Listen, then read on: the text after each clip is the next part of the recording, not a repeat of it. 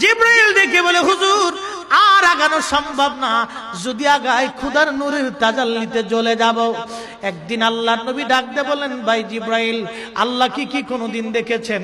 বলে, হুজুর অসম্ভব। জিবরাইল, আল্লাহ থেকে আপনার দূরত্ব কত দূর থেকে ওহী নিয়ে আসেন? জিবরাইল বলল, হুজুর 70,000 নূরের পর্দা আল্লাহ থেকে আমার দূরত্ব, একটা পর্দা থেকে আরেকটা পর্দার দূরত্ব 70,000 বছরের রাস্তা। একবার আওয়াজ তুলে বলা যাবে কি আল্লাহু আকবার? হুজুর আমি ওহী নিয়ে আসছি আপনার কাছে, আল্লাহ জানাই দিয়েছে হাবিবরে বলে দিবেন পৃথিবীর উৎকৃষ্ট জায়গার নাম মসজিদ আর নিকৃষ্ট জায়গার নাম হলো বাজার। জিবরাইল আমিন ওইখানে স্টপ হয়ে গেলেন, নবীজি রওনা দিলেন।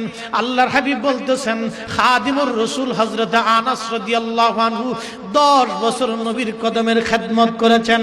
তিনি হাদিস বলতে গিয়ে বলেন, এ নবীর উম্মতরা তোমরা শুনে যাও, আল্লাহর নবীকে নিতে নিতে নিতে নিতে নিতে নিতে নিতে নিতে আল্লাহ এত উপরে নিলেন, এত উপরে নিলেন, বিমা লা ইয়ালামুহু ইল্লাল্লাহ, এত উপরে নিলেন এর সীমানা আল্লাহ ছাড়া আর কেউ বলতে পারে না।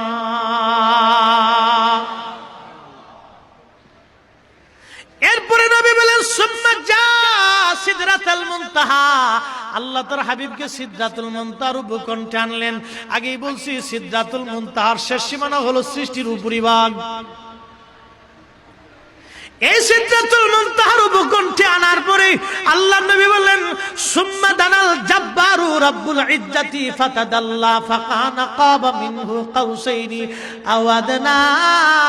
আমার রব আমার সামনাসামনি আসলেন, কাছাকাছি আসলেন, আমার আল্লাহ আমার কাছাকাছি আসলেন, আমার আল্লাহ আমার কাছাকাছি আসলেন। কত কাছে আসলেন? একটা ধনুক পরিমাণ মাঝখানে ফাঁকা ছিল, একটা ধনুক পরিমাণ মাঝখানে ফাঁকা ছিল। হযরত ইমাম নববী শারিহ মুসলিম, বিশ্বের খ্যাতনামা মুহাদ্দিসদের একজন, সহিহ মুসলিমের শরা আমার ঘরে আছে।